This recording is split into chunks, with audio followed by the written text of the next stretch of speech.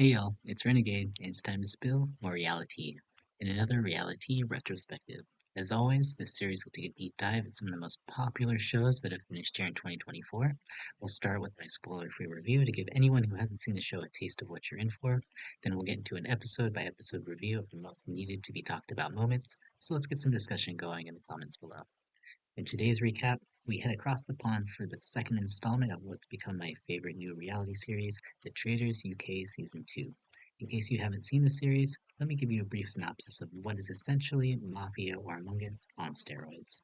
Now, 22 players will arrive at a Scottish castle in hope of claiming their share of the prize pot for up to £120,000 as a group known as the Faithful. Hidden among them are the Traitors, a group of contestants selected on the first day by host Claudia Winkleman, and their goal is simple: eliminate the Faithful by murdering one of them each night. The next morning, the group learns which Faithful was murdered when they don't enter for breakfast. The group then takes part in a mission to win money for the prize fund as well as an opportunity to win a shield that allows safety from murder. At the end of each episode, the players participate in the round table, where they have a group discussion before having to cast an individual vote for someone to be banished. One by one, they reveal their votes, and the player with the most votes is officially banished from the game. And they must reveal if they are a faithful or a traitor. And there may be opportunities for the faithful to be seduced or blackmailed into becoming traitors as well. Ultimately, the game's winner is decided in the endgame, when the group must continue banishment until they believe there are no more traitors left in the group. If the faithful are successful in eliminating all the traitors, they will share the prize fund, but if even one traitor is left standing, they will win the entire prize instead. So when it comes to the structure of the game, it's business as usual for the traitors as the game stays generally the same. But where does that leave this season in particular as the franchise continues to grow? Well, when it comes to the format, there's not too much more I can say that I haven't already praised this franchise in my best of 2023 video. So for me, the best decision for a show in their second season that they could do is to keep the main format of the show while providing small changes here and there to keep players and the viewers on their toes. And that's exactly what Traitors UK does. While there are no major evolutions to its format, there are still some very fun twists that allow for the format to progress in what feels like a very natural direction, and this is to the show's benefit. You can tell the showrunners have a lot of ideas in mind and are eager to implement them all, but they're not going too over the top to realize what truly draws people to the show. Claudia Winkleman again continues to be the showrunner, and I am completely in love with her. She is such care and desire as a host that it feels like this isn't even a job for her. Plus, there are these random transitions in between scenes where Claudia gets to narrate everything that I found myself looking forward to each episode. So, when it comes to the game, the format, the season easily scores an A. Now, when it comes to the cast, I'm of the mindset, especially after watching so many seasons of this franchise so far, that all celebrities is probably the best route because we already know most of these people coming in, and there's less time that you have to spend on revealing who these people are. You can kind of just get right to the show. While UK1 also was a hit, even though they had an all-new cast, I still feel like it took me more time to get to know everyone initially, and while there are still some of the same problems here, I actually do feel like this cast overall was a lot more dynamic and different to the point where most of the people did feel like individuals pretty quickly.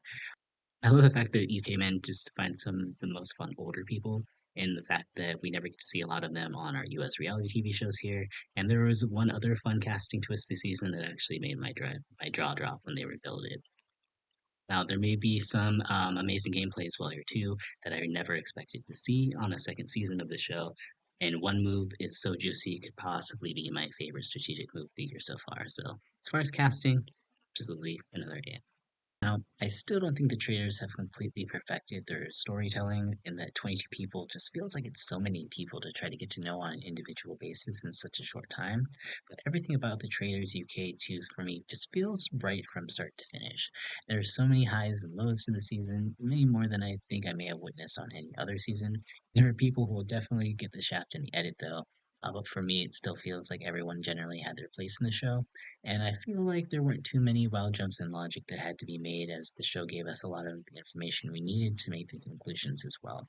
I know I lost a lot of nights trying to watch this show on a weekend. I know I lost a lot of sleep some nights trying to watch this show on weeknights because I just could not with their cliffhangers, and I kept needing to watch one more episode to see who came in the next morning at breakfast. So while not completely perfect, it's definitely one of the best among what I've seen so far in the franchise, and I'd give the editing a solid A minus. So Overall, the Traitors UK2 knocks it out of the park for me personally once again. It's a brilliantly charming cast of newbie players who put everything out there on the table. There will be some really amazing moments that will make you both laugh, cry, cheer, and scream, and you will definitely have many people to both root for and against in this group. The drama continues from start to finish, and the finale will continue to have you on the edge of your seat until the very last moment.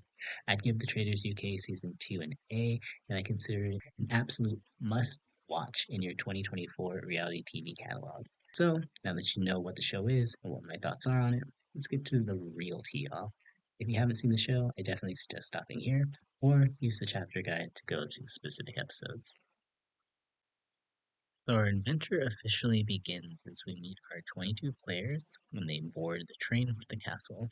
Now, there's a lot of standouts, but my personal favorite include the 360 somethings that are definitely here to game. We have Diane, a retired teacher who loves to play games, Sonia, who wants to do some knitting and killing, as she likes to say, and Aubrey, a retired shop owner who is definitely ready to sit back but backstab when he's ready to do so.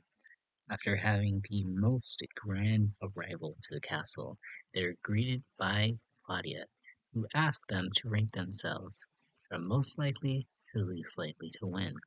Now, those who watched season 1 will already know this is a little bit familiar, as the last two players who ranked themselves at the end were removed from the game, only eventually to enter midway.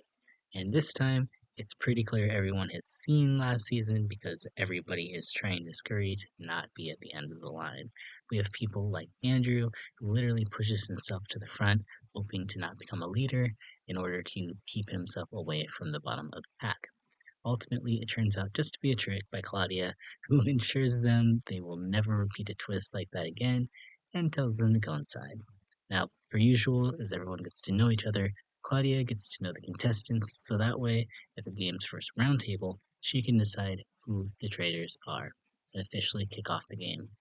Now, that roundtable, she makes her selections, and we have our traitors. Paul, a likable business manager who is able to talk himself out of pretty much everything and can be the perfect mimic, as he likes to say. Ash, an events coordinator in her 40s, looking for a little bit of adventure.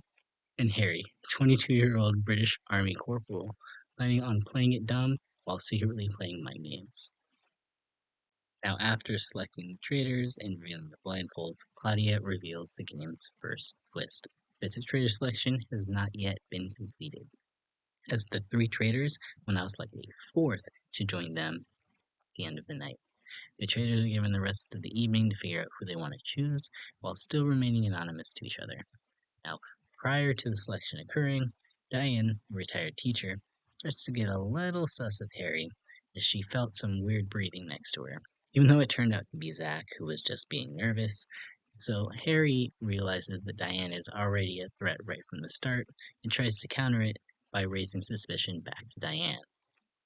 Now, at that night's first turret meeting, the traitors meet where Ash, Harry, and Paul meet each other for the first time.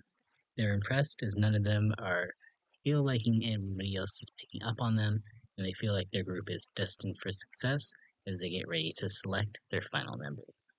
Now, Andrew and Miles immediately stand out as they're seen as possible leaders of the group with the ability to influence decisions, while Sonia is seen as an unlikely option.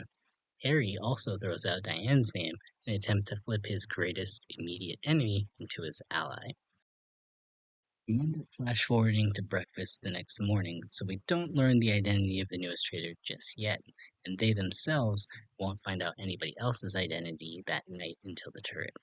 We do get a pretty funny moment that morning at breakfast when Sonia asks Ash just outright if she's a traitor, to which Ash just has a really weird reaction to it and just makes a very strange face at her. Ash is clearly on edge and is not handling things all that well, but Sonia also is being very, very blunt with this, going up to people and asking people if they are traitors, which is just a very odd strategy to have in the very first round. There's a little bit more discussion between all of the contestants until they get to their first mission, where Claudia explains that they will work together to build a giant beacon and set it alight in the middle of a loft.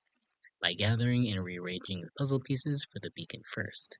Now, to guide the group, a replica of the puzzle is going to be hidden amongst a bunch of bottles along the shore, and in order to set it ablaze, all players must get out of the water. They will all begin the challenge first, tied up to a pole, and must need to entangle themselves first before deciding on which action they will take moving forward, as to whether untie the rest of the group and start helping with the puzzle, or to go for one of three shields. One is hidden on land, and two that are out at sea.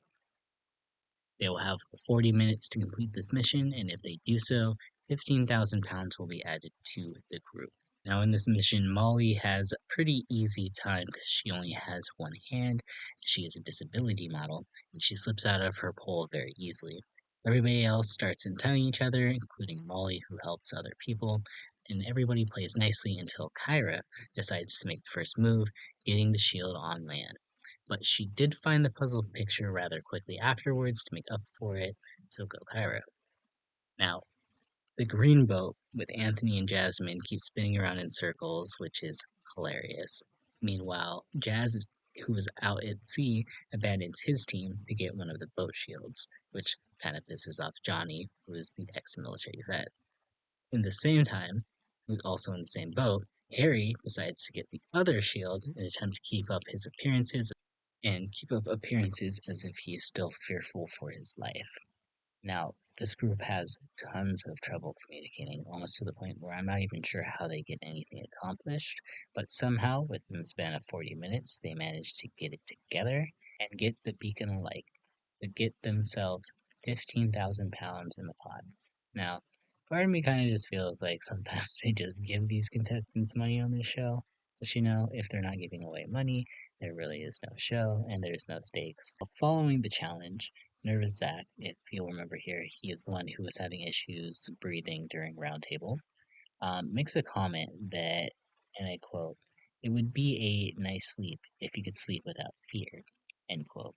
And Evie kind of accuses him of saying that he's not afraid of being murdered, somehow reading into that. Sonia also brings it up later after a group of them in the car decide to not talk about it, which raises Ross's suspicion because Ross was in the car at the time and they thought they all agreed to not talk about it. So he wonders why Sonia keeps bringing it up. Jasmine, who was on the green boat earlier with Anthony, comments that Anthony was really struggling on the boat to Zach, which Zach brings to Anthony and kind of starts some drama. Now, Aubrey also casually slips to Ash that he's extremely observant and already has suspects, which calls out extreme red flags to her. Now, we end the episode going into our turret meeting to reveal who the official recruited member of the Traitors is, and that member ends up being Miles, which I personally feel is a great choice. Paul he points out that he thinks that Miles will be very loyal to the group as traitors instead of himself, but Miles says he wants to win it all, which I kind of agree. Heading into the possible murder, Sonia's name is brought up for what happened earlier at breakfast by Ash, while Aubrey's conversation about watching with everyone is also gets his name brought up by Ash as well too. Now, Diane's name is still out there for sussing Harry, and basically all three of my favorite people are immediately targeted. Shocking. So we get to the first murder, and of the three, we learn that their first murder and the first person eliminated from the game officially is Aubrey. Unfortunate, but I'll be honest, if it's going to be one of the three, glad it wasn't Sonia, because she's causing drama, or Diane, because she's just perfect. Going into breakfast here, Paul feels like he doesn't get any sort of sus at all, and he's great at his acting skills, and Charlie or Ross actually don't pick it up, and are pretty convinced that he is a faithful at this time. Charlie even so much so goes around saying that Paul is definitely a faithful. She feels like she's better at picking out who the faithfuls are versus who are the traitors, and Paul is definitely a faithful. Great job, Paul. Now, Sonia also reveals to the group that she actually has a social psychology degree, and Ross is sus of her, still from the night before, for spreading all the information, as she continues to spread more information to the group. and she also continues to stir the pot unnecessarily to his perspective. Diane also, to her amazing degree, is sussing on Ash now. If you remember before, she also had Harry flocked moment one. Bad part is, though, is that Diane relays that she is sus on Ash to Harry and Paul, who automatically see Ash as a liability now moving forward. Now that leads us to our second mission, and honestly, this is one of my favorites in this whole entire franchise. This one is hilarious. So it's called Bird Calling. It has the group of 21 contestants split into two groups. There are a group of runners out in the gardens of the castle, and they're split into three groups. And they have a map, and they have to run around various locations where they hear a bird call, and they then have to imitate this bird call back to the group at the castle, and that group of 12 has to listen to that call via radio and then search the castle amongst these various stuffed birds. If you kind of remember from the first season, they had that challenge where they had to listen for the gonging of the bells and then run around and listen to or look for the boxes and listen to the melodies in the boxes and have an item on top. Very similar, except the item on top is a bird and they have a bunch of weird calls. And the hilarious part here is that they run around the castle literally imitating the calls, almost to the point where Claudia literally is provoking them to be like, make the call, make the call. Not going to make any of the bird noises because they are insane, and I'm not getting paid that much money for it. But just go watch the challenge. Amazing TV. Great idea. Anyway, for every correct answer that they get £1,000 added to the group pot. And there's also one bird out there that if the callers are able to get the group inside to identify it, then all three of them will win a shield. Causing some tension before the challenge, Zach, everyone to just cause a scene so far, speaks up that people who have already had a shield should stay inside, and people who haven't should get a chance to go outside. Well, Kyra and Harry are not for this. They are very vocal that they want to go outside, and they've already had a shield, just but because they'll be better at running, it should be better for what's better for the group, not necessarily what is better for the individual, which causes a lot of tension. Eventually, Kyra and Harry get their way, and Zach backs down. The shield teams agree eventually that they are going to do the money first, get all the challenges done, and then whoever finishes first will get a chance to get the shield if there's time left. However, Andrew, Anthony, and Paul go straight for the shield. Paul believes it's the best strategy now for the traitors to go for all the shields just so they look more like faithfuls, and when the challenge ends, it's revealed that they get 4 out of the 6 birds correct, but one of them ends up being the shield bird. The group does reveal themselves as the winners of the shield, which leads Diane to not believe Anthony anymore as a team player and believing that he's a traitor. Now, Charlotte also believes that Anthony's demeanor has changed and he's become a lot more antisocial versus how he was before.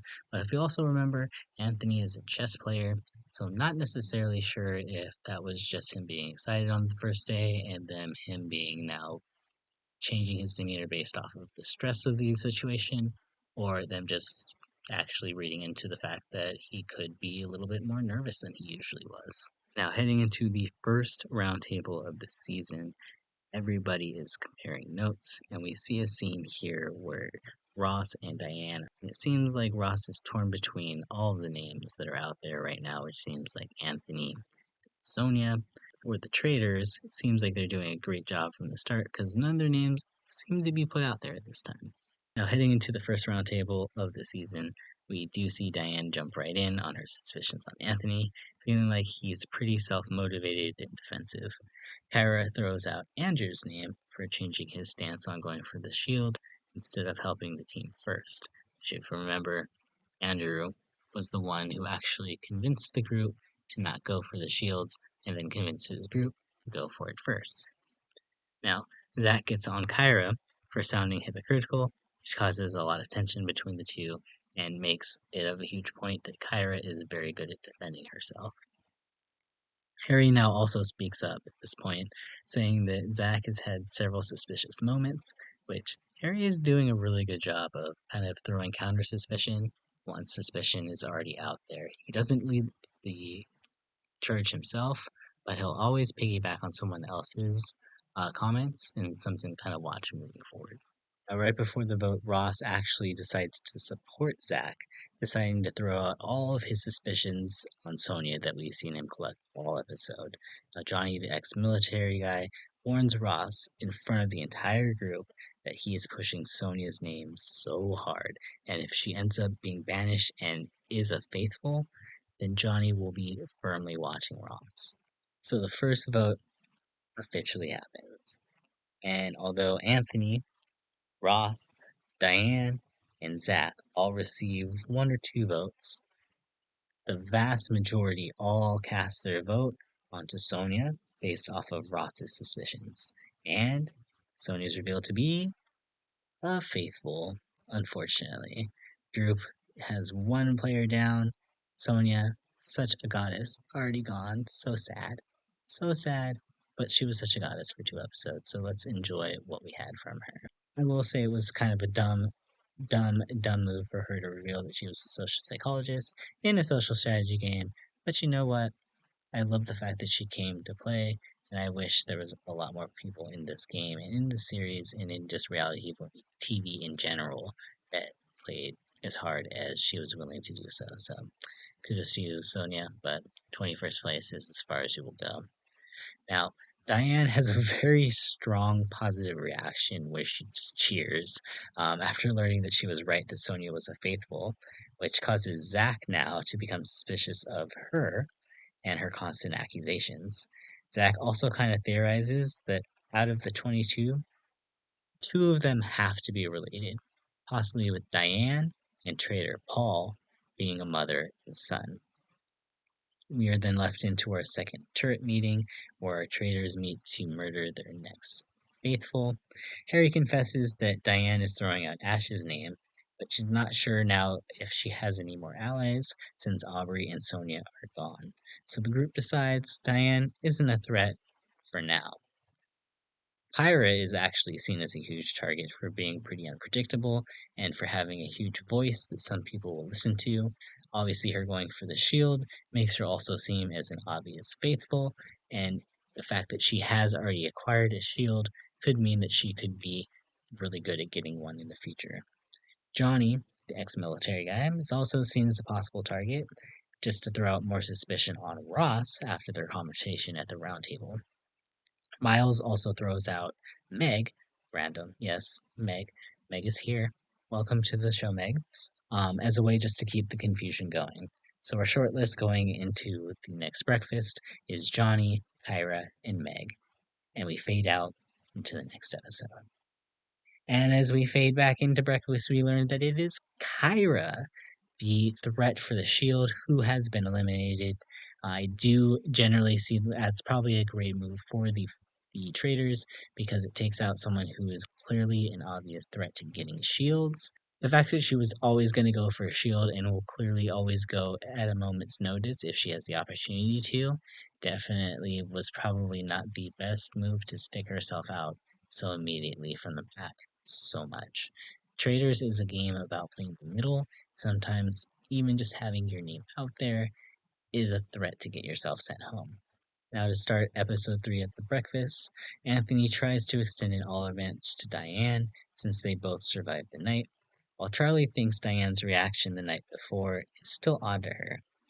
Evie and Brian, two new players that we haven't talked about, but we'll see how consequential they are to the story. They mention Ash's name because she's being kind of quiet and sus to Miles and Harry. Now, Andrew lets it slip to Paul that Zach theorized Diane may be Paul's mom. So Paul feels like he's become the predominant voice in the group now, and he's trying to oversee everything, and actually uses that theory to bond closer to Diane.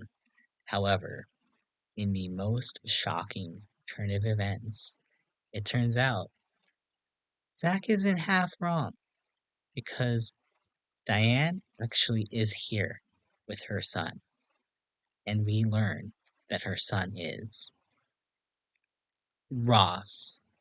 And oh my god, they had this amazing scene in the very beginning of the show, which we flash back to, where they're sitting there talking about their intentions for going on the show, and he's talking about the fact that, oh, his mom put him up to this, and it's kind of hilarious because you don't even put two and two together as to why they're having this conversation, but it makes perfect sense that they're sitting there practicing and making people think that they don't know each other.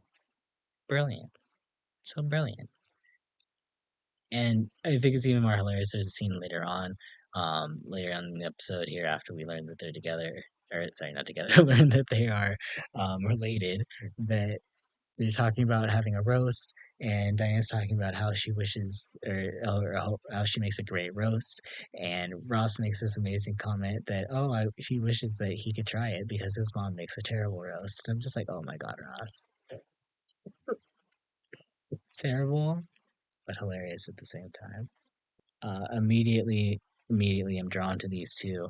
Won't lie, the secret was dropped in episode 3, and they officially became the two people that I was rooting for. I became Team Faithful immediately. One of these two must win.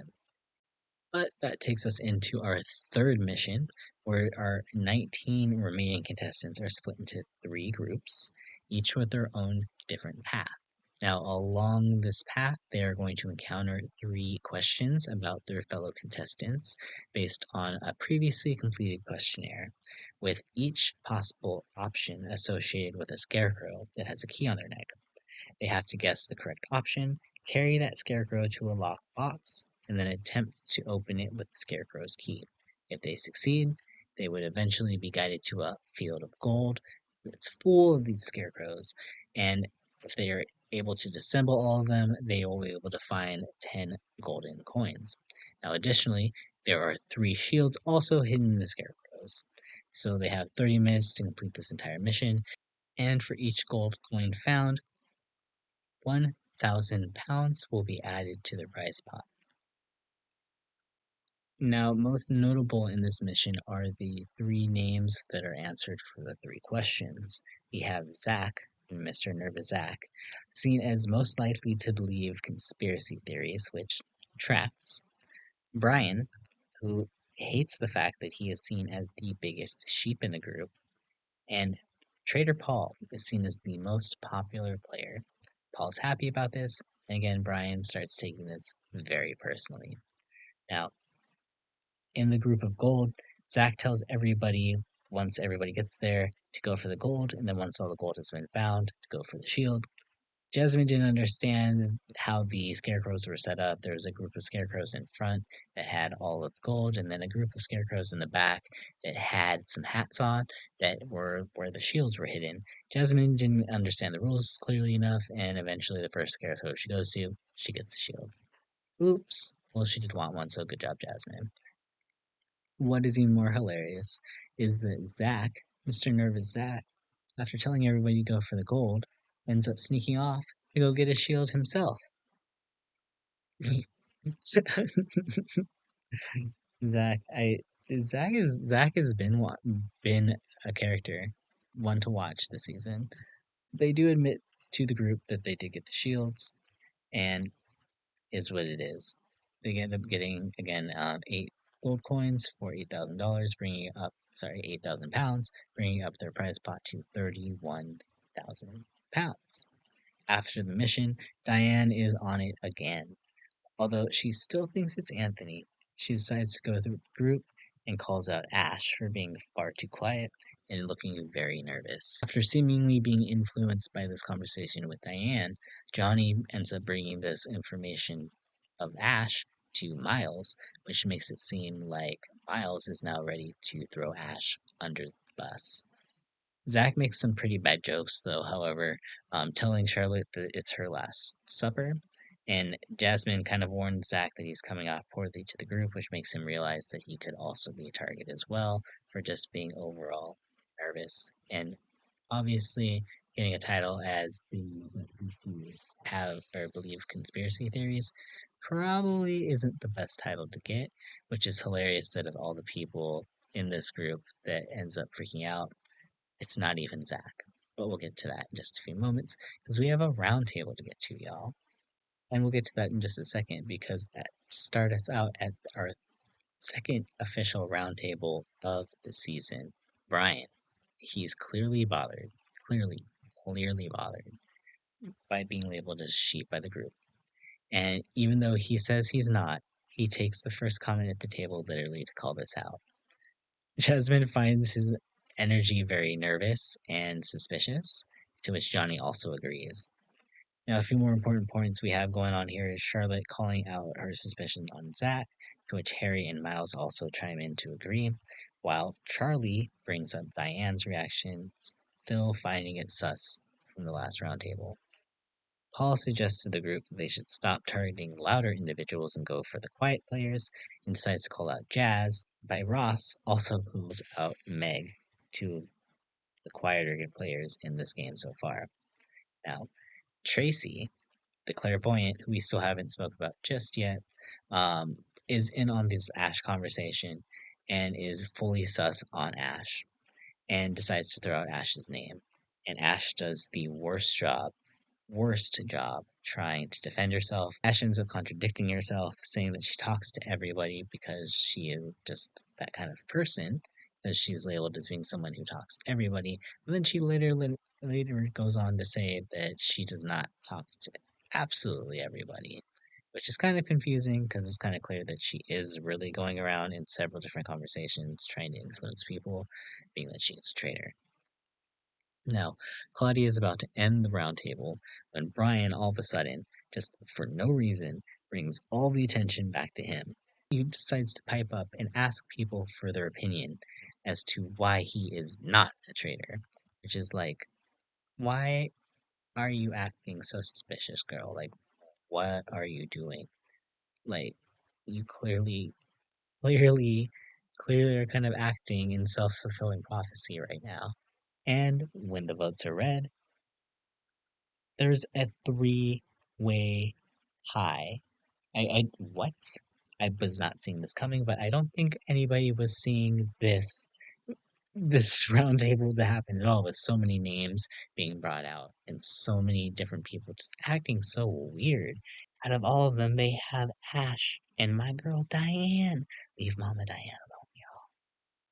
But they get 4 votes, so the three of them end up having to go to a vote split, which is even more hilarious because Zach ends up getting 3 votes, Meg gets a vote, Paul gets a vote, Jazz gets a vote, Anthony gets a vote. Everybody gets a vote. It's Claudia is about to turn up an Oprah up in here and just be like giving everybody votes. However, there is a revote, and they just have to decide between either Ash, Brian, or Diane to go. Ash, Brian, and Diane will not vote, so it will be amongst everybody else as to who goes.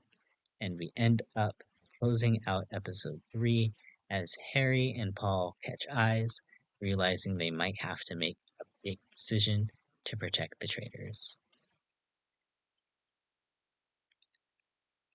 Now, as we start episode 4, votes are revealed between those in the three-way tie, and it comes down between Ash and nervous Brian. I would call it nervous Zach, but it's clearly nervous Brian now. He's stolen Zach's nervous energy. And it comes down to 1 vote. When the dust settles, Brian somehow has gotten himself banished. Reveals he's a faithful. Meanwhile, through all of this, thinking that she was about to get banished, Harry and Paul decide to make a move and banish Ash. But by 1 vote, she is now still here, meaning Miles is now in the middle of the traitors because Ash now knows that the other 2 guys wanted her out. Now, after surviving a close call, Diane publicly names that she believes that Ash, Meg, and Anthony are her traitor suspects, since she thinks she's going to be murdered that night. Ross agrees with Ash, but not necessarily with Anthony or Meg. That leads us into our next turret meeting, and y'all, I think everybody was ready to see what was going to happen after this vote. Ash definitely confronts Harry and Paul. Paul tries to justify it by voting for the quietest person, and that she just had a bad contradiction at the table, couldn't hide. Harry tries to play it off, saying that he knew Brian was going, so he threw his vote out just to cause chaos. Ash decides to use it as a wake up call to try to play a better game. Now, there ends up being a twist this night. Now, there will be no murder. Instead, four people will be condemned in the dungeon, and one will be murdered the following night. Now, this is kind of very similar to the on trial twist that they had in UK and US 1, which honestly wasn't necessarily a huge fan of, but I kind of like this edition a little bit better because at least it isolates everybody from the group and there's something more going on than just knowing that you could be possibly killed. There's an additional twist, and they do learn that at the next mission, the group will be able to save one of them from a potential murder.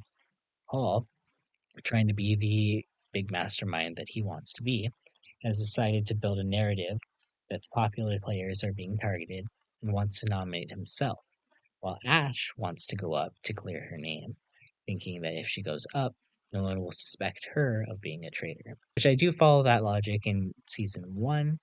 Season 2, I think people might be able to see through it. And spoiler alert, they do.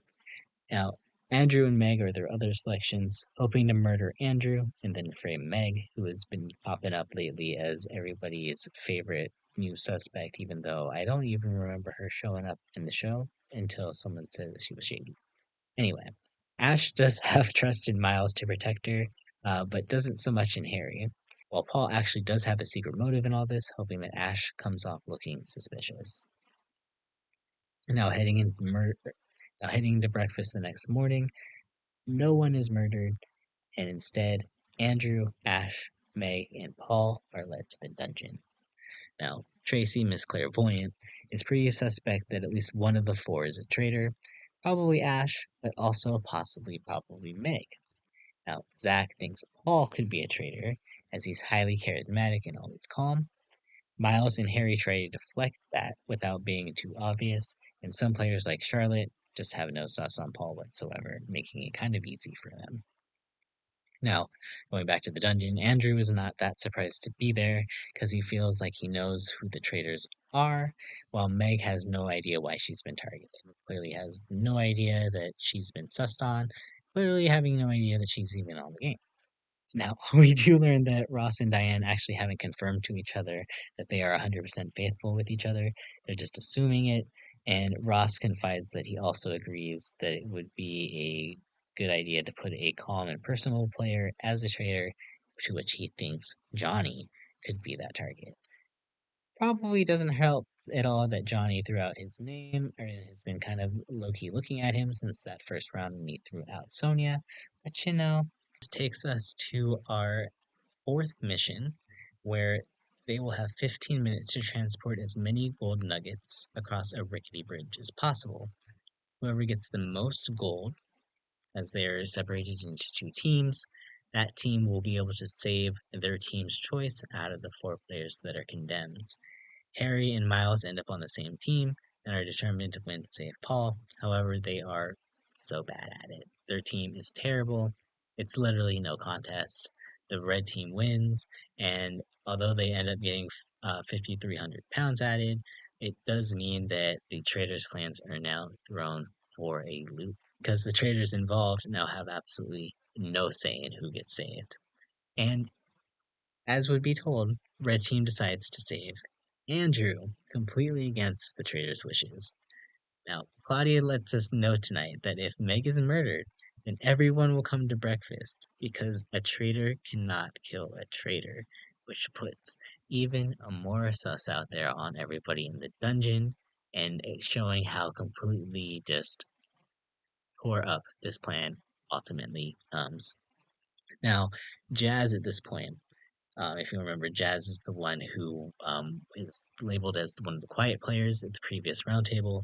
He has become extremely sus of Paul at this point, due to just how relaxed Paul seems at every aspect throughout the game. But in the dungeon, Paul really has no idea anymore, and that people are kind of actually starting to get sus of him. And Paul's actually shocked when it turns out that it was Andrew that was saved from murder from him, but doesn't really have too much time to recover because he has to move directly into the next roundtable. Start things off, Zach puts tons of sus on Paul for being too calm, And Paul tries to play it off, and Andrew eventually backs him up after they share some time in the dungeon, and Andrew feels like there's no way Paul could possibly be a traitor. However, Harry and Paul continue to steer the conversation directly to Ash, which gets the heat temporarily off Paul. Jasmine turns the conversation onto Meg because she looks nervous. Charlotte, who was trying to do her best Quentin impression up to this point, agrees with Jasmine as well, thinking that Meg is definitely a traitor. However, Jasmine gets some accusations from Johnny and Meg, but it seems like they're not necessarily the most accurate accusations. Now, this is when Jazz calls out Paul for his lack of anxiety and his cheeky impressions, causes Paul to have a very unlikely reaction to say he's ready to go home, trying to put stuff away from him and make it seem like he's just there to be honest and he can't take the fact that he has sus on him now. I mean, theoretically a good move, Paul, but I never think it's a good idea to ever admit that you want to go home because, you're just one vote away from getting there. Anyway, Zach also gets into hot water because he feels the need to defend Ash, but then Diane comes for Zach because she defended Zach last week, and then Zach voted for her. Now, we get a bunch of votes going, and turns out, after the votes are read, Ash has been banished, and it's revealed that she is a gasp cliffhanger. Literally the most useless cliffhanger of all time. Traitor! No idea. No way that we had to wait an entire week just to figure out that she was going to be revealed as traitor in the round table. Thanks for that cliffhanger, Traitors UK. Anyway, we get Paul crying and saying that it's the hardest thing he's ever done, and literally just the acting performance right now. Kind of amazing. He tries to hide his emotion as him missing all his kids, not so much him being so worried that he was just about to be outed as a traitor. Now, as they head out for the night, everybody is still believing more than likely that Meg is the traitor and that Paul will die. However, they do say that it would look very sus on Paul if he was to show up that morning for breakfast and if Meg was to be the one murdered. Now, that night at the meeting, obviously Meg is the only option. Harry, Miles, and Paul decide they now need to go into hiding because they don't really have too many options now. And that's that. Meg dies. Sorry, Meg. No wonder you had no edit because you were kind of just forced on your way out. That morning, Andrew notes that he still doesn't believe that Paul is a traitor, so he's fully expecting him to be murdered. Again, there's still a lot of question around whether or not what would happen if Paul, but there's still a lot of questions around what happens if Paul shows up at breakfast instead of Meg. Because doesn't that definitely infer that he's a traitor? Which, spoiler alert, it should. And when he walks in, everybody is in shock. Now, at this point, Jazz is very locked in on Paul and confides in Jasmine and Ross that if he is murdered, Paul is definitely a traitor. We head to our fifth mission, which is the catapult. It turns out to be a pretty simple all or nothing mission. They have to find pieces for and construct a catapult around the castle grounds, and then fire it at a target. And once they're able to launch it, they'll get 10,000 pounds added to the prize pot. There's one shield box that presented itself early on, and everybody supports the Molly, the disability model, be the one to get it, while Ross ends up getting a shield box when Jazz and Jasmine point one out to him and revealed that he could get it because they've already had theirs. Completing the challenge, there is a face-off between Ross and Molly to whoever launches the shield and gets closest to the bullseye that gets the shield. And turns out Ross wins the shield. Now, Anthony and Zach have a confrontation about the next roundtable, as Anthony has serious sus about Paul. He's worried about bringing up his name because he's worried that Paul has too many friends. Jasmine and Johnny are also finding themselves sus of each other, but Johnny has lots of people saying his name since he's had a lot of leader energy pushing things into certain directions, but Johnny says that he has the same argument against Jasmine. Now, at the round table, Ross immediately calls out Johnny for being so loud and vocal about his leadership outside the round table, but then being so quiet inside. Miles also throws out Zach, while Anthony tries to address the elephant in the room, Paul. as he feels no one has been discussing him either. Zach throws out the accusations back at Anthony, but it turns out that none of this really has too much influence on the group because the group is already locked in on Johnny. So despite Anthony, Ross, and Zach getting votes, Johnny is banished and reveals himself as next faithful go. And when Johnny reveals himself as faithful, Harry has an extremely emotional reaction to his friend being eliminated. He literally walks out before everyone does and has a moment offset where he just breaks down and reveals that it is pretty hard for him to be a traitor and that Johnny was going to be a pretty hard kill for him. Now, after everything happened and all of the accusations that Johnny has had against him, Ross is very shocked, and there are even more questions now around Paul still being in the game, with Johnny not being an obvious traitor. Jazz tells Harry that he thinks that Paul is the traitor, and Harry starts to think that Paul's time is more likely, wondering if he needs to separate himself from Paul as well. Now, heading into the turret meeting at the end of the night, Harry is honest as he was emotional about Johnny, but he's happy that this happened now and that he doesn't have to worry about any hard kills in the future. Now, on their short list are obvious faithfuls in Charlotte, Diane, and Tracy, as their goal is to kill someone who can't be linked back to any of them. But we don't know who that is until the start of the next episode, and we learn that it is clairvoyant Tracy, who didn't see her death coming, and she becomes the third faithful to be murdered.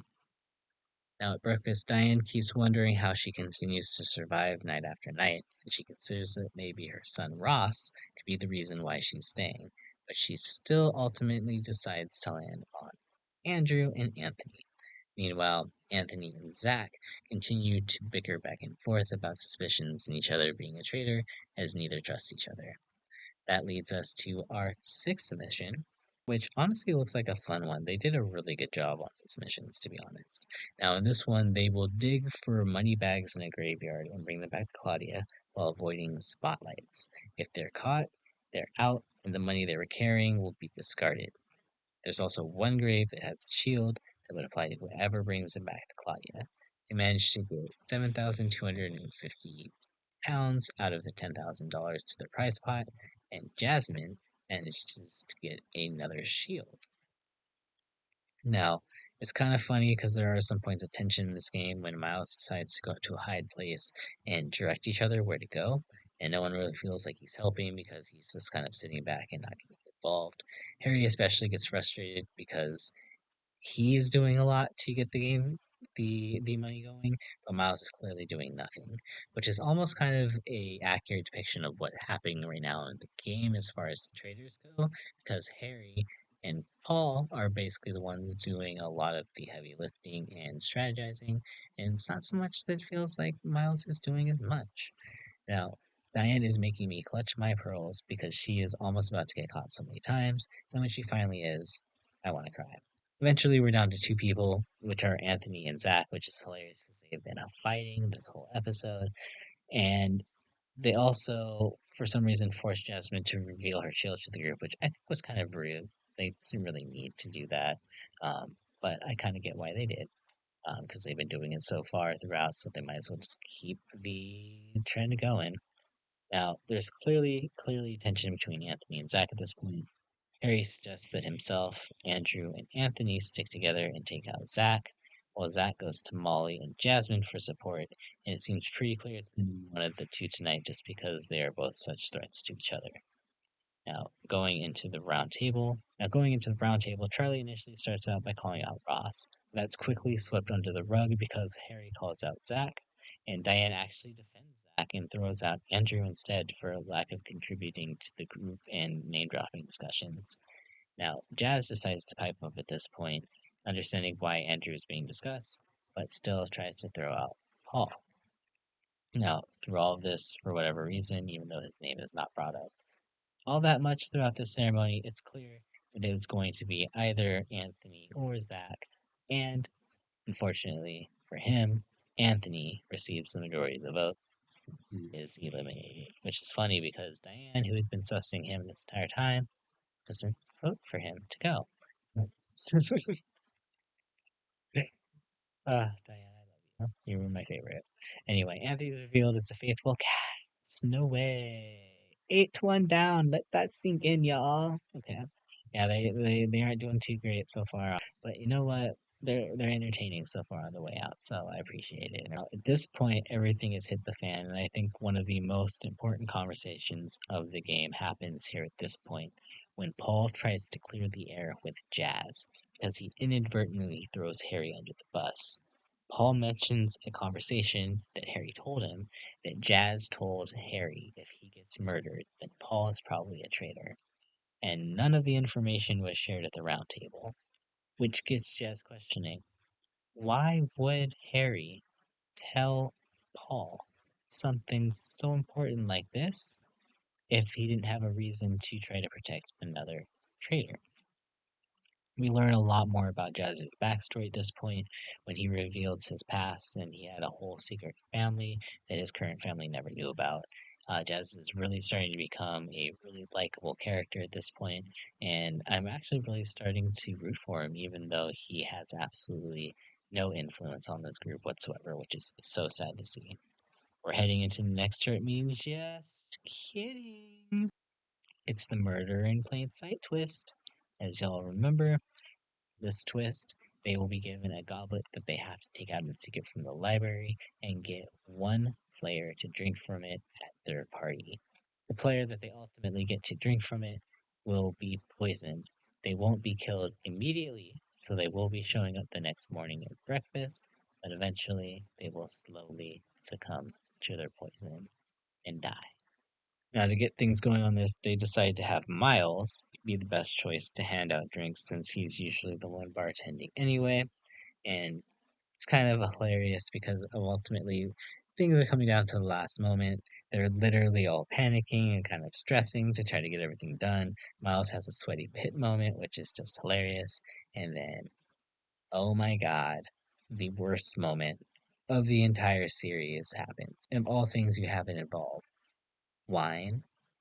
Wine, my favorite thing of all time, and of all people,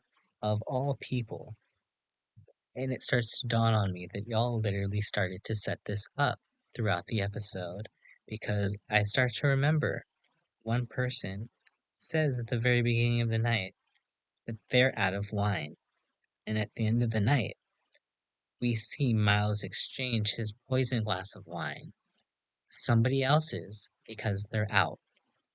And who's that person? Miss Diane, no! Completely and utterly rude, and I will not sit here and take this level of disrespect. The audacity. However, though, I think the producers knew that we needed just a little bit more of Diane, so she doesn't die immediately again, and she shows up to breakfast the next morning, because, again, it's slow-acting poison, so the traders are just as confused as the faithful that everyone shows up the next morning alive at the beginning of the next episode. Now, Claudia does reveal that someone has been poisoned, and there are theories of the method of delivery. Some people theorizing that maybe someone was kissed, other people thinking that one of the drinks that everybody was poured out to was possibly poisoned. Now, Jazz and Zach have a quick moment where they still relay that they think that Paul is a traitor, while Diane starts to remember that not only did Evie give her a drink, but Miles gave her a glass as well. Charlotte is also kind of seen as a possible poisoner for some reason. I don't remember why, but Charlotte is there too as well.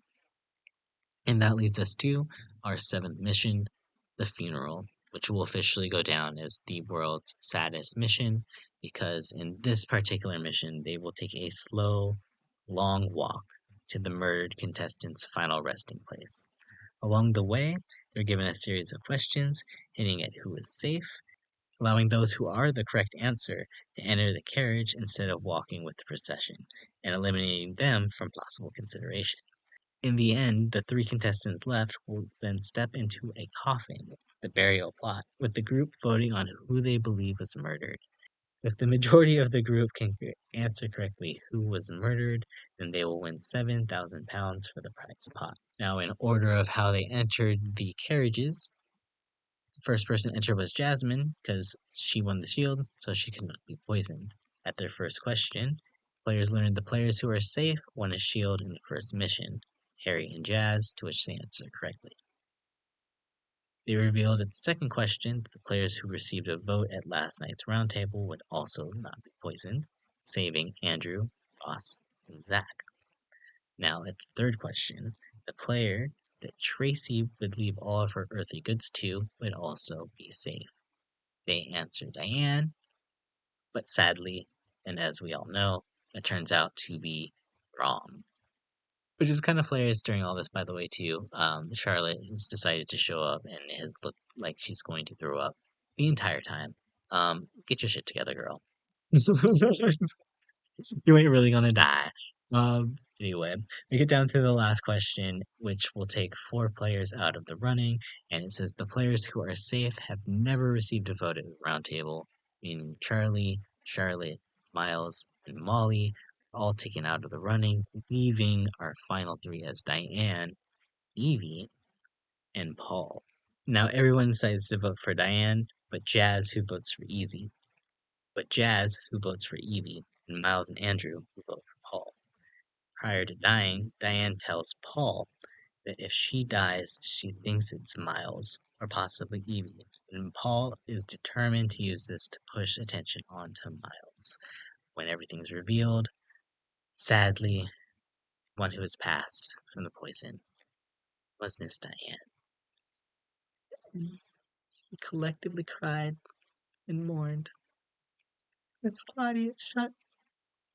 Sorry, I can't continue. Miss Claudia shut her coffin. And the irony of Ross having to watch her mom die at this funeral was just very, very sad. Very, very sad. Anyway, prior to the funeral ending, Zach is sus of Miles, but is now also sus of Paul still, which makes me realize that if he has to support one or the other, he's gonna pick Paul over Miles. We then get to our 7th roundtable, where Paul opens up the meeting by immediately coming for Miles, which caught me off guard. Paul goes to Evie to get her to confirm the conversation happened that it happened between Diane, Evie, and Paul prior to Diane dying. And Evie says she didn't hear the whispering happen, so she can't confirm it. Harry, though, chimes in to defend Paul that the narrative about the drink being poisoned is the most likely option. Now, Miles counters that we don't really know the mechanism of it, nor can we really vouch for Diane's word because she's gone. So, Miles actually puts together a pretty good argument and defense from my perspective and kind of turns the tables to target Paul. Now, Paul is kind of messing up, which causes Harry to mention to Zach that he thinks the 2 traitors are going at each other, which is a brilliant cover for his immediate way of how he is defending Paul there. Now, Zach makes it clear he will come for Paul, especially if Miles is revealed not to be a traitor, but pretty much everybody but Evie and Jazz vote for Miles, and it is revealed that Miles is a traitor. Paul has an extremely emotional reaction following the revelation, but his conviction compels the group in his favor. Now, Ross, Charlotte, and honestly most of the rest of the group think this proves Paul is truly faithful. Harry, however, thinks Paul might be too far out there now, and it could be the perfect time to protect himself. Evie kind of clocks Paul's motive and feels he's throwing out Miles' name even before Diane made that comment, which makes her extremely sus of him. Now, as we get to the 7th turret meeting, now that they're down to just 2 traitors, Harry and Paul have the option to murder, or do they seduce? Harry goes into things feeling like Paul thinks he's the mastermind, and he's just deciding to play his own game moving forward. Feeling like he needs to find a trustworthy third in case Paul gets knocked out, Harry convinces Paul to take the option to seduce. Andrew, Jasmine, Ross, and Zach are their shortlist, feeling like they all have some heat on them already and they could easily be turned on if necessary. But who will it be? And will they accept? Who knows? Find out on the next episode, which is right now. Turns out that Andrew gets the offer, and he takes it, thinking he's going to get murdered if he doesn't. He does say he's genuinely shocked that it's Paul as one of the traitors. He does feel like he's a scapegoat, being that they already did the same thing to Ash and Miles. Andrew is definitely not happy about this, and Harry senses their divide is going to cause some trouble and is going to do his best to save the rift. The next morning at breakfast, everyone assumes there's been a recruit, whereas Andrew starts to give a little credit to his fellow traitors because he realizes that acting is harder than he thought. Jazz and Zach seem to still be on to Paul, while Charlie and Evie question why Charlotte defended Miles so much. Meanwhile, in another conversation, Jasmine throws out her suspicions of Zach to Molly and Ross. Molly floats out Paul, but Ross says he's no longer sus of Paul anymore. However, they do kind of agree that Jazz is a little shady. Now, in their 8th mission, each player's name is up on a pane of glass, and the players have to attempt to shatter them by firing crossbow bolts until only one name remains, and that person wins a shield. Players started out with $7,000, but lose $100 for each. Players start out with £7,000, but lose £100 for each time they miss, and wow, they are terrible at this. They literally miss pretty much almost half their shots, only securing £3,700 out of a possible 7,000. Being the last person standing, Molly gets a shield, and we are all happy for her. Now, one interesting point here is when Paul sets up Jazz really bad, when he convinces Jasmine after they have a terrible time of trying to hit the targets. He actually convinces Jasmine to just push her crossbow a little bit to the left after he fires at Jazz just to fix the accuracy because he almost hit her. This creates a trend of them all just kind of focusing on the same target, very slowly moving it until they're able to knock it out. This comes down to just Charlie and Molly in the end. Polly chooses to take out Charlie, so Ross keeps it there, and Evie eventually gets the last shot, winning Molly the shield. Now, it does seem like there will be a showdown between Jazz and Paul tonight. Andrew still feels sus of Paul, though he's worried he's going to get thrown under the bus by him, while Zach makes it clear to Paul that he can still not explain away his feeling of Paul being put in the dungeon as a red flag, but to which Paul tries to play into the groupthink that Zach just spreads conspiracy theories and he's just hung up on it. Now, on the way home, Paul mentions to his car that he feels like it's very strange that Harry felt targeted at the meeting, because Harry does bring up very early when a few people come for him because he already had a shield that he was jokingly saying he felt targeted. But Paul brings this up as a way to try to get some sus on to Harry. Now, Charlotte gives this info to Andrew and Harry, which makes Harry realize he might have to take Paul out. But this also makes Andrew realize that Harry is capable of turning on him as well too. Now this leads us into our 8th roundtable, where Charlie initially tries to put the sus onto Charlotte, but Charlotte deflects it onto Paul as she feels like it has to be someone close to her in order for her to still be here, which I actually do agree to that logic a lot of the way, and I wish a lot more faithful could look into that logic. Why are you here? Because you haven't been murdered, because why are you probably close to a traitor? Anyway, we'll get to that later. Harry then speaks up and also sells out Paul. Wow.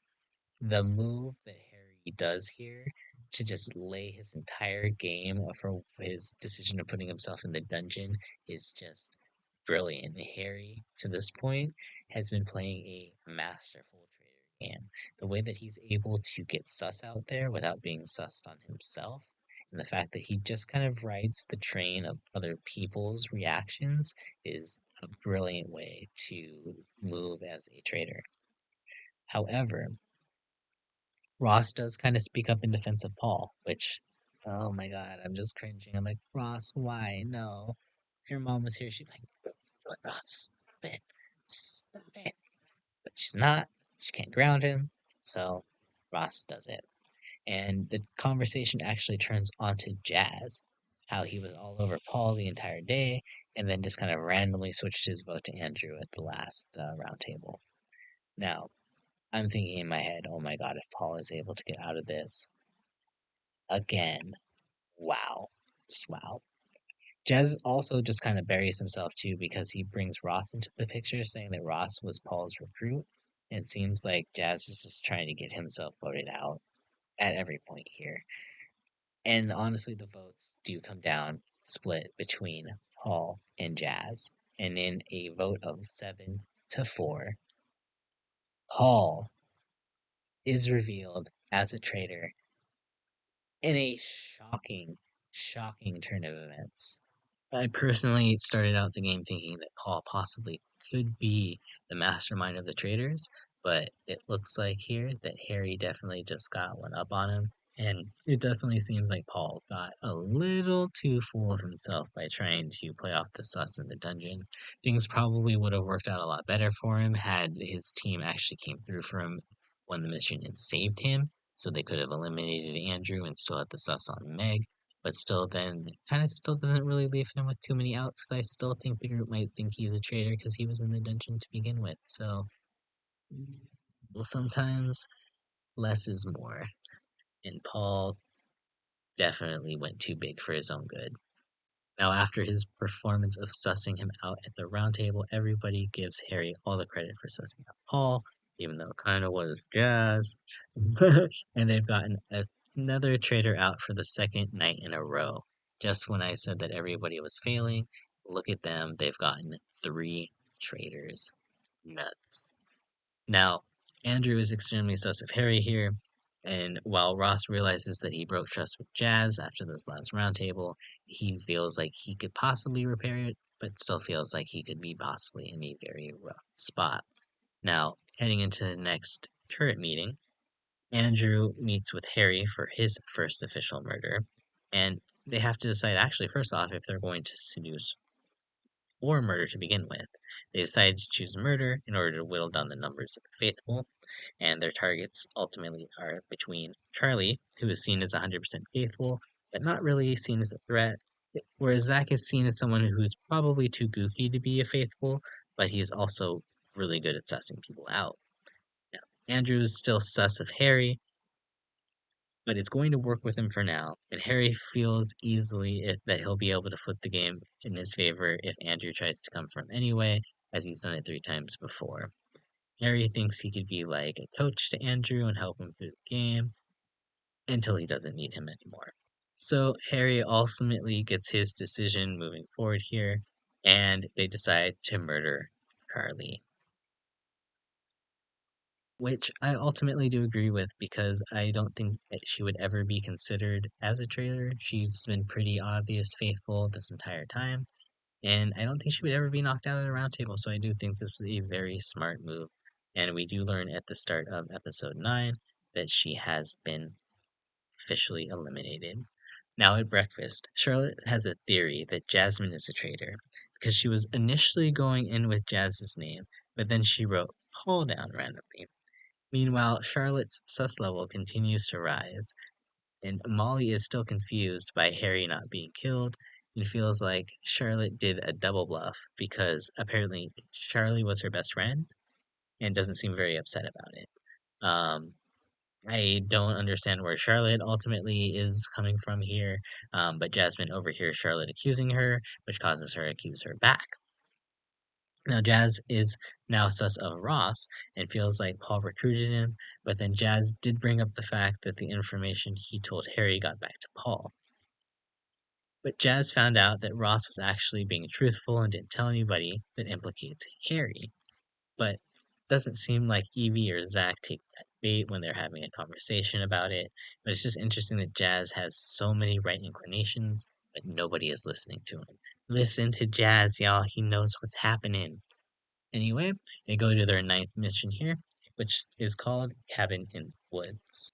Now, in this mission, they will go to Claudia's converted cabin in the woods to go and find money in the sewage tunnels.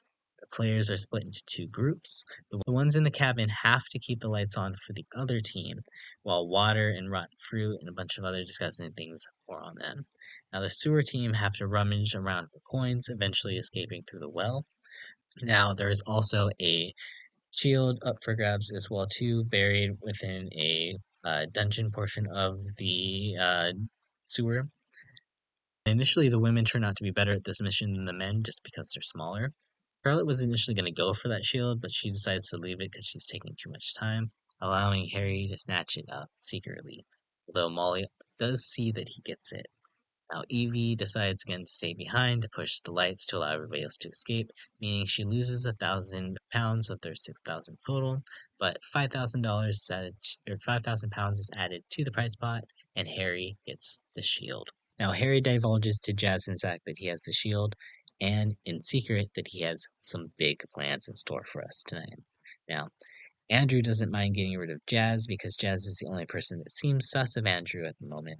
But Charlotte and Jasmine seem like they may be going after each other, and focus seems to split the group, as Charlotte seems like she's overcompensating while everyone thinks Jasmine may just be caught up in a lie and is very defensive.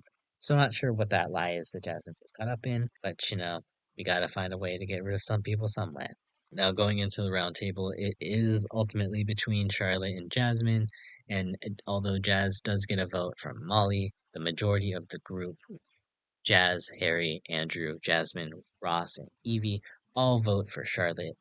Charlotte is revealed as a faithful, and Jasmine gets heat from this result, while Jazz is now super sus on Harry and Ross. Now, heading into that night's turret meeting, Harry decides to put his plan into motion, which honestly, one of the most brilliant plans I have ever heard of. Now, Harry has decided to use his shield as a ruse, since everybody thinks that Harry is likely a traitor hunter and is probably a obvious faithful to be murdered at the next round. He's going to say that he has the shield and the traitors were not able to make a murder that night, when in reality, him and Andrew are going to seduce and use the shield as cover. Wow. Just wow. Like, it seems so simple in theory, but like, the fact that it managed to work out this way almost too perfectly. And the fact that he was able to recognize that so quickly and use it to his advantage, Harry, props to you, boy. Props to you, boy. That was brilliant. Now, their options are between Jasmine and Ross, realizing that if they do seduce, it'll literally be 3-on-3 if they could just make it through the next banishment. And they ultimately decide to seduce Ross, hoping to use him for a scapegoat. The episode ends with Ross having apprehension because the traitors did decide to murder his mother, Diane, but he realizes he could have a lot more control if he was in the turret, so he decides to accept, and decides to take the opportunity to take revenge on the men that killed his mom in game. We start the 10th episode with Breakfast learning that no one has been murdered and Ross has been recruited, and pretty much everybody's looking at Ross heading into this breakfast, especially prior to Jazz walking down. Zach starts ranting at Ross and Jasmine at breakfast, only for Jazz to actually be alive and for everybody to be shocked. Zach feels like this clears everyone. He knew Harry had the shield, but Ross also states that it's obvious that the shield was downstairs and he didn't see it, so it doesn't prove anything. Jasmine then goes off on Zach for being so self-absorbed, and it's their most dramatic breakfast they've had yet. Evie and Zach plot to get either Ross or Jasmine out, while Andrew and Harry see this as an opportunity to quickly ditch Ross and feed the group another traitor to keep them appeased. This all happens heading into their 10th mission, which I call the Woods Race. Now they split into pairs and avoid traps while solving puzzles and questions. If they get it right, they could go to the next one. If not, the person who revealed the fate would be trapped in a mud pit or a snare. Hilarious. Each pair splits up and takes one domination of the prize of possible £10,000. Harry and Molly take the 1K bag. Jazz and Zach take the 2K bag. Andrew and Jasmine take the 3K bag. Evie and Ross take the 4K bag. At the first question, Harry gets eliminated, leaving Molly on her own. Whereas at the second station, Evie and Jasmine go out, leaving Andrew and Ross alone. Now, in the third section, Molly goes out, taking the 1K bag with her. In the fourth section, this is where pretty much all hell breaks loose. Unfortunately, Ross goes out taking the 4K bag with him, and Zach goes out. But when Zach goes to check the trap for some reason, he takes the money with him up in the net, meaning Jazz has to go run on without any money whatsoever. Now, Jazz decides to go for the shield, and he chooses incorrectly, leaving only Andrew to escape with £3,000 bag, and he does not take the shield. Jasmine and Andrew criticize Zach for bringing the money with him up in the trap, which I still, oh my, Zach, why did you do that? Why did you do that? So dumb. So dumb. Like, leave the money back. What are you doing? As we head into the next round table, we can see here this is pretty much Ross's last stand here. Andrew comes to Ross and tells him that he feels that Harry is being elusive, and Ross decides to go straight to Harry and tell him. Even though it bugs Harry that Ross is speaking game in the middle of the day and he'd give Ross anything back whatsoever, it's very clear here that Ross is kind of on the outside looking in, and he's willing to try anything to change the game up. And now this definitely causes some mistrust between Andrew and Harry because he's being so elusive, even though I'm still not sure why Andrew even said that to begin with either. I don't know. The gameplay at the very end, y'all. Is there really any question in this one? This one was rough. This one was so hard to watch. They all are so hard in on Ross, and everything is just getting pinned on him. This is so sad to see, especially after rooting him so hard, but his mom being here for his game to just fall apart so rough. But honestly, every little decision that he's kind of made has kind of led up to this point. He's made a lot of mistakes, and with especially without his mom around to defend him, he just has nowhere to go. Everybody ultimately ends up voting for Ross, other than Jasmine, who votes for Zach, and Ross, who himself votes for Andrew. And it's revealed Ross is a traitor. Yes. Who would have thought Harry's move actually worked? Brilliant. Brilliant. Now, Molly starts to suss that perhaps Ross switched so quick on Andrew at the round table. Because there is a pretty clear moment at the round table where things feel very cut and dry that Ross is going, till all of a sudden Harry pulls out Andrew's comment from earlier, which causes drama between Ross and Andrew. Andrew lies to him to hide it, and Ross votes for Andrew as a last effort. Molly clearly starts to find that sus, that perhaps that Ross switched on Andrew because there was some traitor on traitor violence. In the night, Evie and Jazz has a discussion with Harry, who continues to push Jasmine or his buddy Andrew. And heading into the next turret meeting, it seems like Jazz, Molly, and Zach are the shortlist. Andrew would feel better with Jazz murdered since he's continued bringing up his name and voted for him in the past. Or Molly is an obvious faithful that will likely never get banished, although Harry does feel like he can manipulate her and influence her into where her vote is going to go. And Zach could implicate Jasmine, although it could also be seen as a double bluff style distraction move as they've been used to in this game, so they are wary about that as well. Heading into the penultimate episode, we find out that they have decided to murder Zach. Going around breakfast, Andrew and Jasmine are the obvious names. Jasmine susses out the reason why Zach is actually murdered is to put sus on her, while Molly still can't get over Andrew's reaction to Ross's accusation at the round table the night before. And after thinking more, Jasmine actually starts to feel like Evie could be a traitor based off of Zach's shield theory, but Jasmine also realizes that implicates her as well since she did not know about the shield as well. There's also the moment that Evie may have been one of the bartenders that murdered Diane, so there is still stuff on Evie that leads back a few episodes now. It seems like Molly actually is really locked in with Harry and feels very confident that Harry is the faithful. Being that she is a disability model, Molly clearly needs the money, so this is all setting up all sorts of foreshadowing of what could possibly happen at this endgame to this poor girl. Oh Lord. Please unsus yourself right now, Molly. See the signs. As we head into our 11th mission, Claudia actually reveals that in this mission there will be no shield. That's because there will be no murder tonight. Harry's a little thrown off by this because it wasn't in his strategy for that to happen, but ultimately turns out to be like a big gigantic escape room puzzle type thing.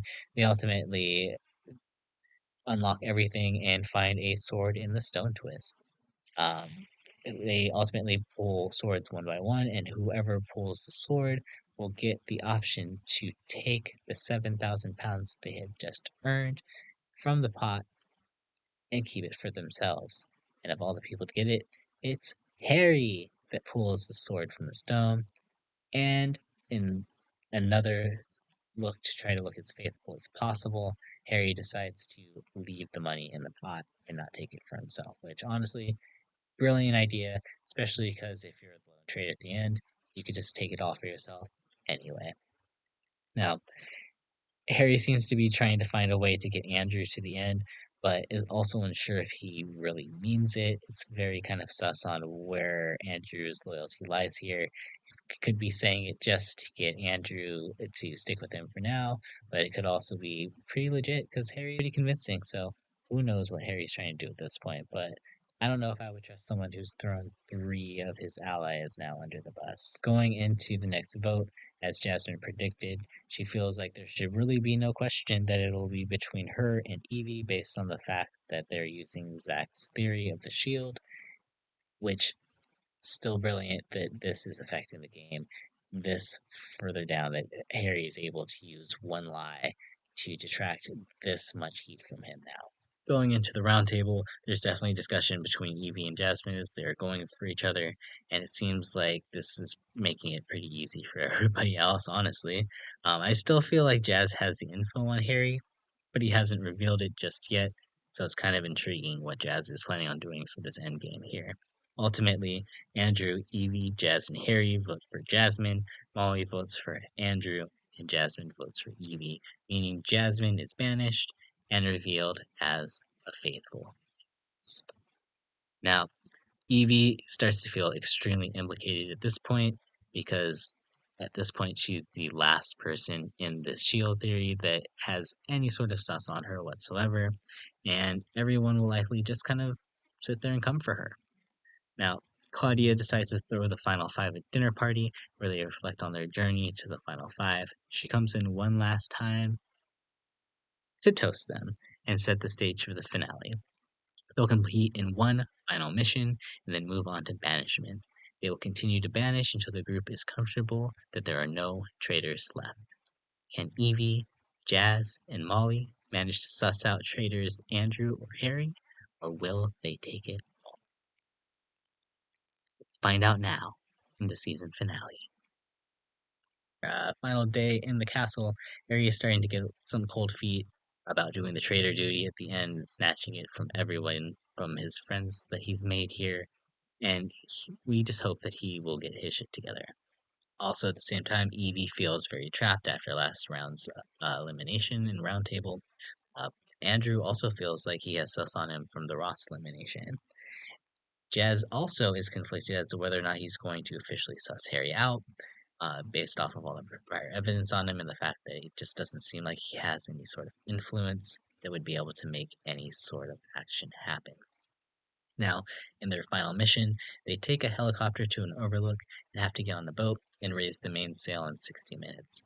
They can take detours to find flags, and if they get all the flags, their prize money will be doubled. Spoiler alert, they do it.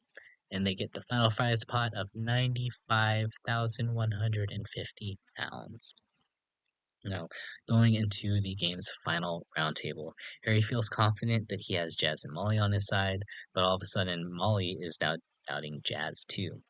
Jazz goes to Molly as the only person he trusts most and confides that he's going to ask someone a question night at roundtable and to pay attention to what happens. But Molly is still unsure if she trusts Jazz.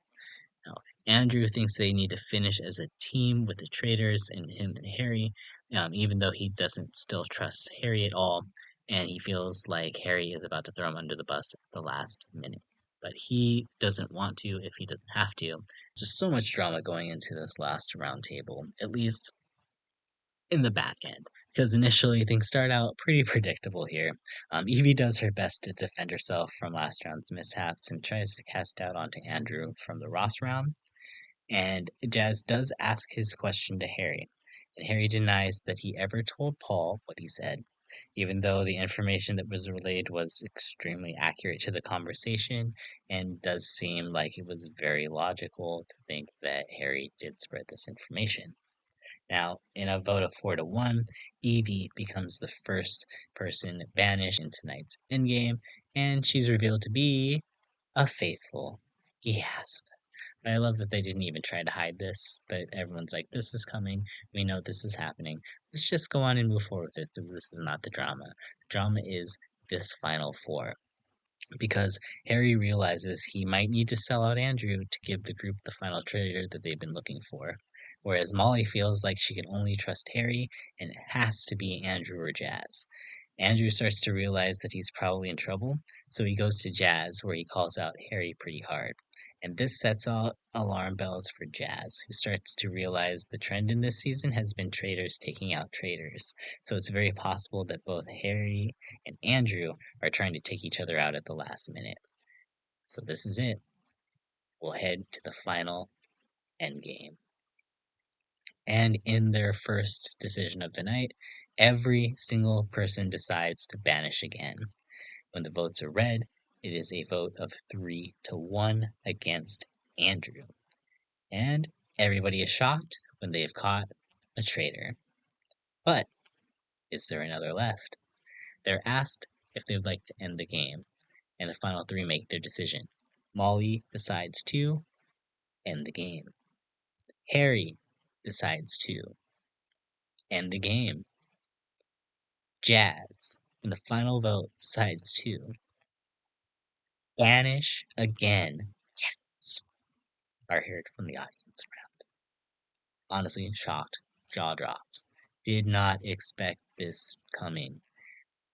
And the fact that Jazz waited and knew the entire time and waited till the last minute, brilliant.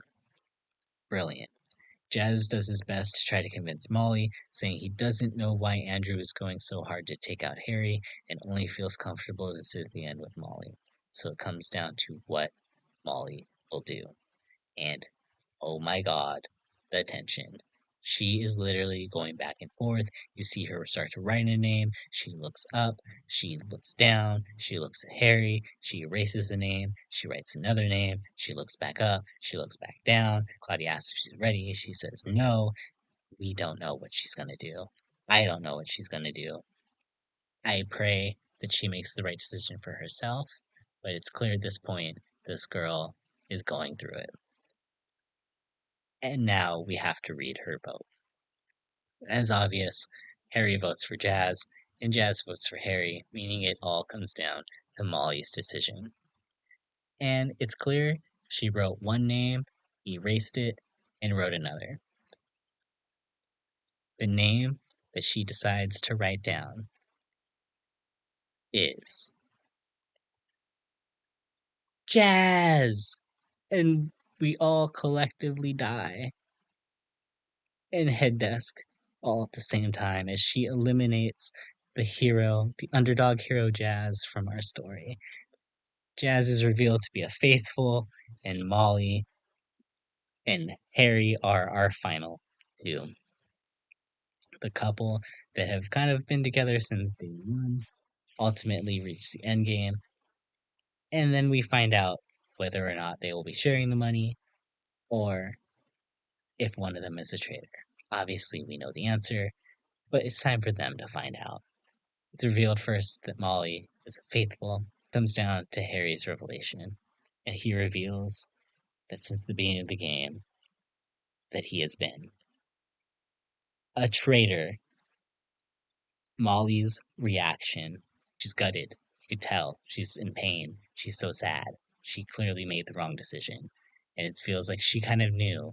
She kind of knew, kind of felt like she felt like in the back of her mind that she knew what decision she needed to make.